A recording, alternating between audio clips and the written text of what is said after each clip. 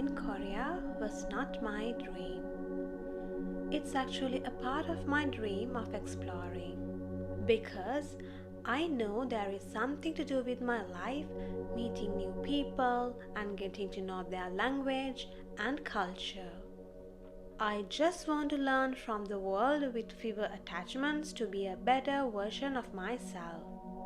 Maybe I'm at an age of becoming mature, the reason I see things in a different way. However, I'm practicing living a life in a way that finds peace within. I'm not trying to label my lifestyle, but what is important is how I really feel applying good values to my life. Whatever lifestyle you wish to live, first you should accept yourself and ask yourself what you really need in life.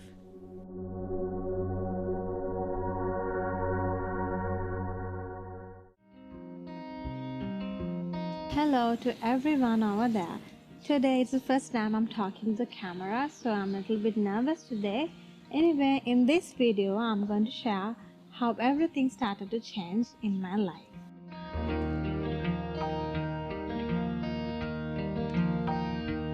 South Korea is a country where many young people travel to work tirelessly and to achieve financial success. That was my perspective when I looked at it from Sri Lanka. But the things I realized after coming here was the turning point of my life.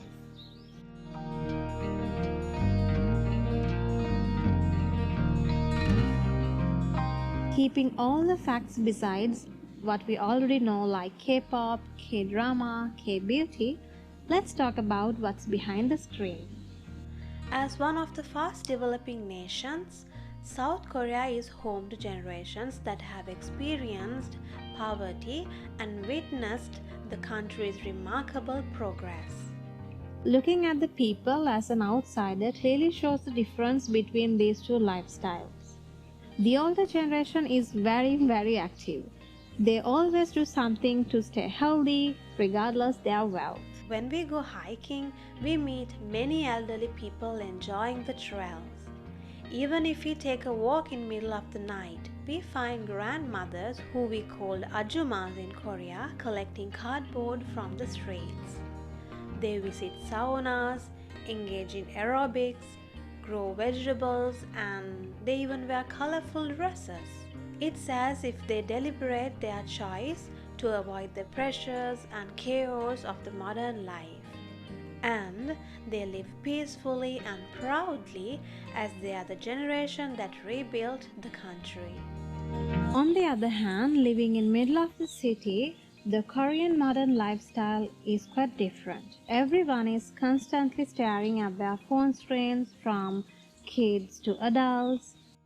They seem to be more concerned about their appearance, and there's an underlying sense of stress. It is true that stress levels among Korean workers can be relatively high.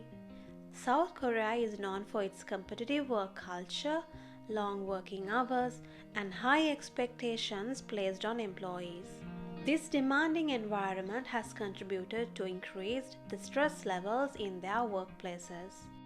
I've also noticed that young people tend to wear only black and white, perhaps because it's considered to be a Korean trend, but some say that these colors make them less noticeable. I can't help but feel that everything is standardized here. There are friends in Korea who haven't even been to the islands in Korea that we've traveled to this year. It's like everyone is rushing to catch the same train.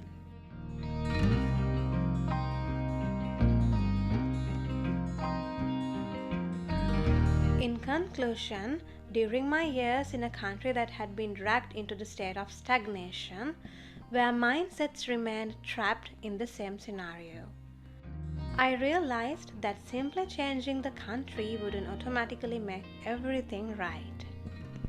Throughout the 2 decades I lived in Sri Lanka, I lived with the same rush. Driven by the societal pressure to be more, to consume more, to achieve more and possess more. That's how I've been pushed myself to live with the same rush.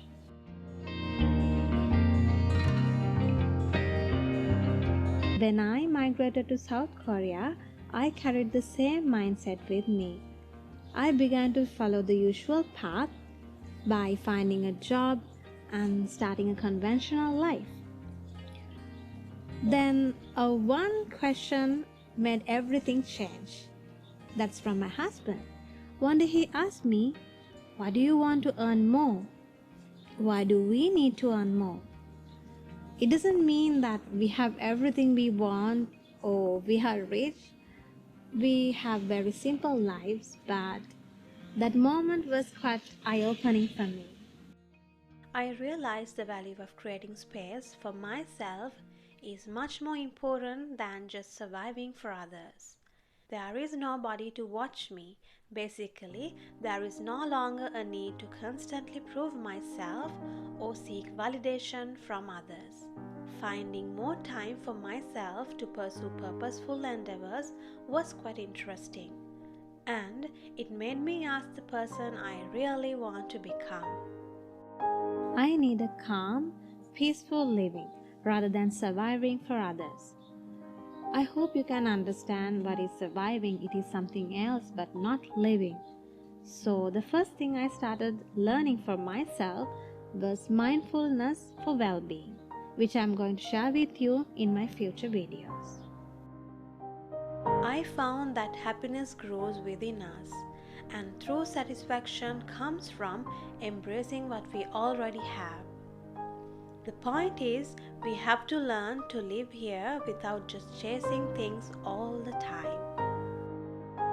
Back in school, I can remember we learned about mindfulness, but we had no idea how to apply it to our lives because we were constantly rushing, trying to chase what everyone else was doing. Finally, I'm so happy. At least before my 30s, at a point where I had the biggest fear to take the risk of changing my career, I just get out of the rut. I resigned my job, I sold my car, and I packed everything I had in a one suitcase and came to South Korea. So, my advice is to say yes to the adventure because without taking risks, we never know what awaits us on the other side. Thank you for joining me as I explore the beauty of simplicity, mindfulness, and appreciating the joy of being in the present moment. Goodbye and stay tuned for more. Hey.